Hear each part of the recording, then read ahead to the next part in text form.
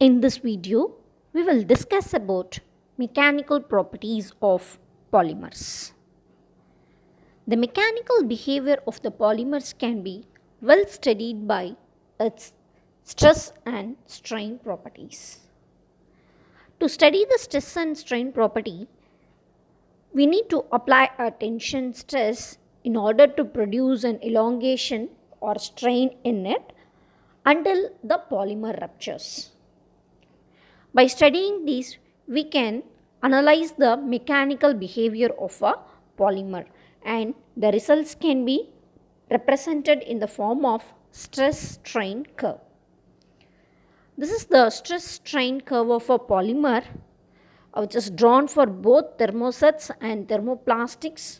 So in this we can see three different regions, region 1, region 2 and region 3.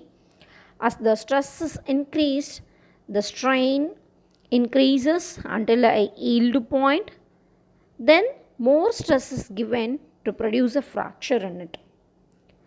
We will see this in detail in the later part of the video.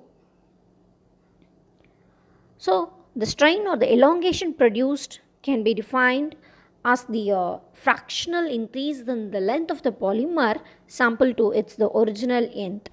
So that is delta L, that is the change in the length of the polymer, to L, which is the original unstretched sample length. There are four important quantities that characterizes the stress-strain behavior of a polymer. The first one is the modulus. So which is nothing but it is the resistance offered by the polymer to deformation. Secondly, the ultimate strength or tensile strength, that is the the stress which is needed to break the polymer or to rupture the polymer sample.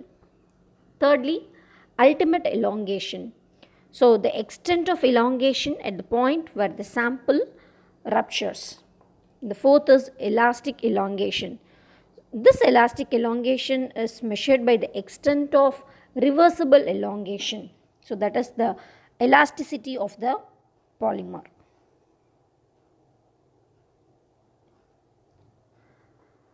The difference in the mechanical properties of different polymers is because of their degree of crystallinity and their nature of extent of cross-linking.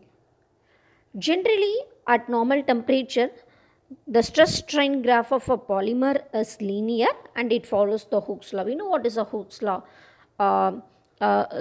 Stress proportional to strain, and this is represented by region 1 of the stress-strain graph of polymer. Then the stress-strain graph in the region 2, if you see, it is almost flat and constant. This indicates that we need a maximum stress to deform the polymer.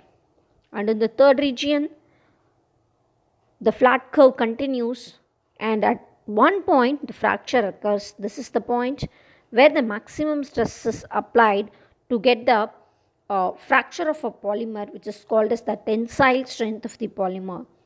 The tensile behavior of a polymer is generally affected by the temperature, the deformation rate and degree of crystallinity.